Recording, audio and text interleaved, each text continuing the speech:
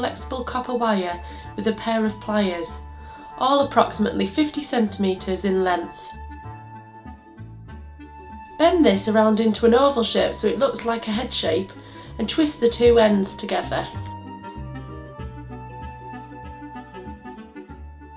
Attached to a wooden base using a staple gun, you may need to add a few staples to hold it into place so it is sturdy.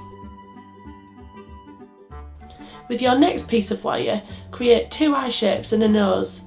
You can then attach another piece of wire to these and staple it to the base.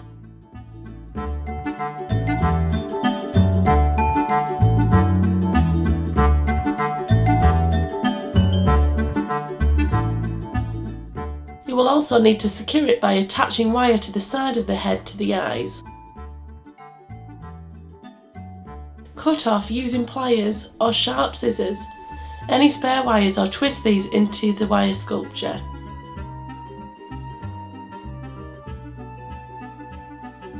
You could also add a hairline, ears, earrings and any other features you would like.